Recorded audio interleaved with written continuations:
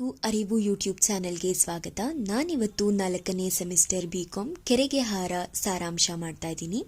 ಇದು ಜನಪದ ಕಥನ ಗೀತೆ. ಕೆರೆಗೆ ಹಾರ ಕಥನ ಗೀತೆಗಳಲ್ಲೇ ಬಹಳ ಪ್ರಸಿದ್ಧವಾದುದು. ಇದೊಂದು ದುರಂತ ಗೀತೆ. ಹೆಣ್ಣನ್ನ ಒಂದು ವಸ್ತುವಾಗಿ ಬಳಸಿರುವುದನ್ನ ಇಲ್ಲಿ ಎದ್ದು ಕಾಣುವ ಅಂಶ ಆಗಿದೆ. ಇದರಲ್ಲಿ ಪುರುಷ ಪ್ರಧಾನ ಸಮಾಜದಲ್ಲಿ ಹೆಣ್ಣು ತನ್ನ ಮೂಲ ಅಸ್ತಿತ್ವವನ್ನ ಉಳಿಸ್ಕೊಳ್ಳಕ್ಕೆ ಹೋರಾಟ ಮಾಡಬೇಕು. ಅದು ಅನಿವಾರ್ಯತೆ. ಈ ಕಥನ ಗೀತೆ ಪ್ರಸ್ತುತಪಡಿಸುತ್ತಿದೆ ಇದನ್ನು. ಭಾರತೀಯ ಜನಪದ ಸಾಹಿತ್ಯದಲ್ಲಿ ತ್ಯಾಗ, ಬಲಿದಾನಕ್ಕೆ ಸಂಬಂಧಿಸಿದ ಕಥನ ಗೀತೆಗಳು ಹೇರಳವಾಗಿ ದೊರೆಯುತ್ತೆ. ಕಥನ ಗೀತೆಗಳು ಜನಪದ ಸಂಸ್ಕೃತಿಯ ಮಹಾದರ್ಶನವನ್ನ ಮಾಡಿಸ್ತದೆ. ಇಲ್ಲಿ ಗಂಡಿಗಿಂತ ಹೆಣ್ಣಿನ ಬಹುಮುಖಗಳ ಅನಂತ ದರ್ಶನ ಅನಾವರಣಗೊಂಡಿದೆ. ಇದರದ್ದು ಆಶಯ ನೋಡೋಣ ಬನ್ನಿ. ಜನಪದ ಸಾಹಿತ್ಯ ಜನಸಾಮಾನ್ಯರ ಅಜ್ಞಾತ ಕವಿಗಳ ಬದುಕಿನ ಸಮಗ್ರ ಅನುಭವಗಳನ್ನು ಮೌಖಿಕವಾಗಿ ಅಭಿವ್ಯಕ್ತಗೊಳಿಸುವಂತಹದು.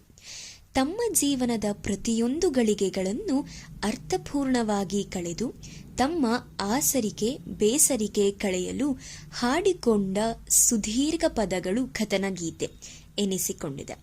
ಸುಮಾರು 30-35 ವರ್ಷಗಳ ಹಿಂದೆ ಶ್ರೀಯುತ ಬೇಟೆಗೇರಿ ಕೃಷ್ಣ ಶರ್ಮರು ಗ್ರಾಮೀಣ ಪ್ರದೇಶವೊಂದರಲ್ಲಿ ಜನಪದ ಕ್ಷೇತ್ರ ಕಾರ್ಯ ಮಾಡುತ್ತಿರುವಾಗ ಅಲ್ಲಿ ಒಂದು ಕೋಲಾಟದ ಪದದಿಂದ ಆಕರ್ಷಿತರಾಗಿ ಅದನ್ನು ಸಂಗ್ರಹಿಸುತ್ತಾರೆ.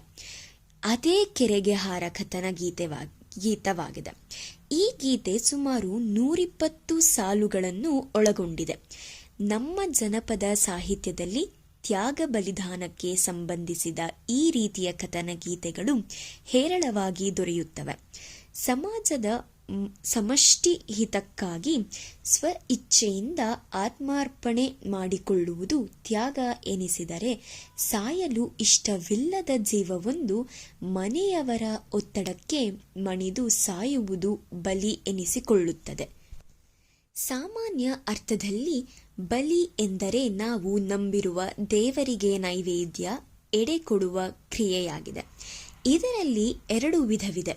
ಸಾತ್ವಿಕ ಎಡೆಯೆಂದರೆ ಸಸ್ಯಾಹಾರ, ತಾಮಸ ಎಡೆಯೆಂದರೆ ಯಾವುದೇ ಪ್ರಾಣಿಯನ್ನು ದೇವರಿಗಾಗಿ ಕೊಂದು ಅದರಿಂದ ಮಾಡಿದ ಅಡುಗೆ ನೈವೇದ್ಯ ಇಡುವುದಾಗಿದೆ.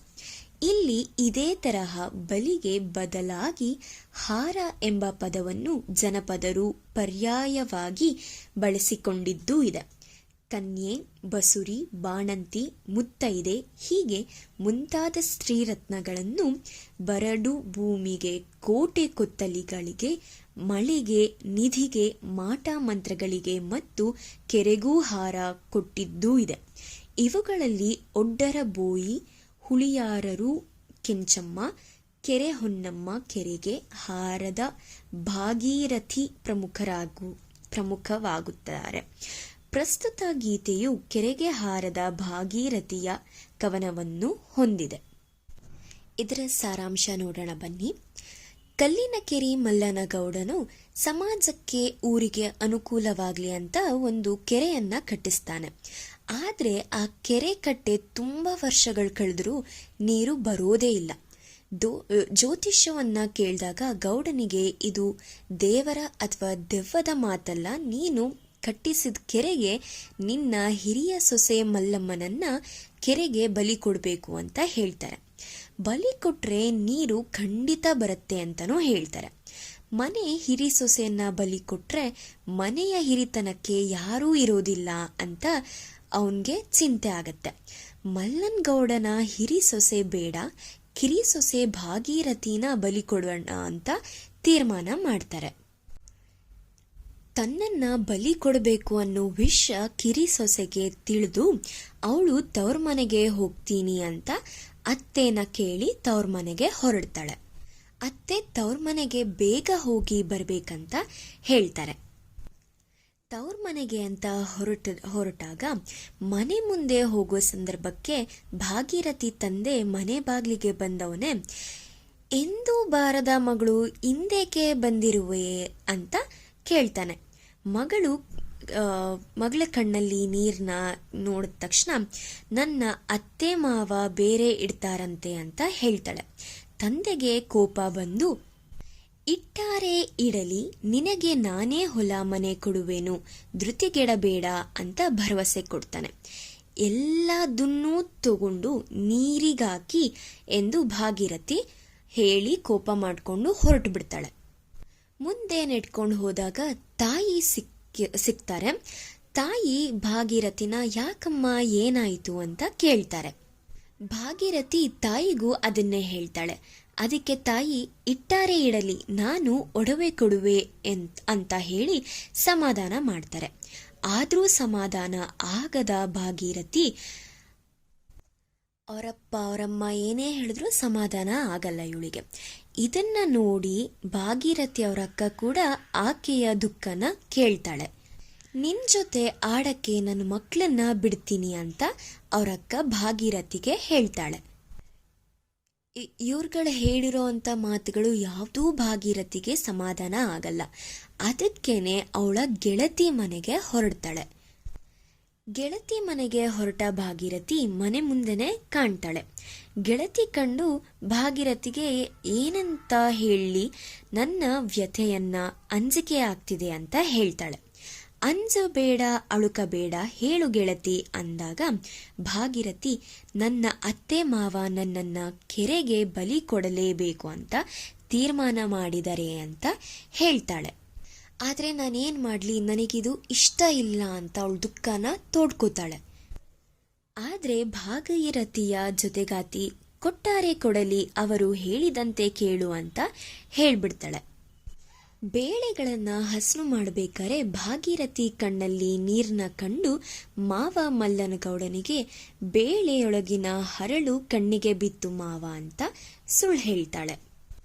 ಅಕ್ಕಿ ಹಸನು ಮಾಡಬೇಕಾದ್ರೆ ಕಣ್ಣಲ್ಲಿ ನೀರು ಹಾಕ್ಬೇಕಾರೆ ಭಾಗೀರಥಿನ ಕಂಡು ಅವಳ ಅತ್ತೆ, ಯಾಕಮ್ಮ ಭಾಗೀರಥಿ ಕಣ್ಣಲ್ಲಿ ನೀರು ಬರ್ತಿದೆ ಅಂತ ಅಂದಾಗ ಅವಳು ಹೇಳ್ತಾಳೆ, ಅಕ್ಕಿಯಲ್ಲಿ ಕಣ್ಣಲ್ಲಿನ ಕಸ ಕಣ್ಣಿಗೆ ಹಾರ್ಬಿಡ್ತು ಅತ್ತೆ ಅಂತ ಹೇಳ್ತಾಳೆ.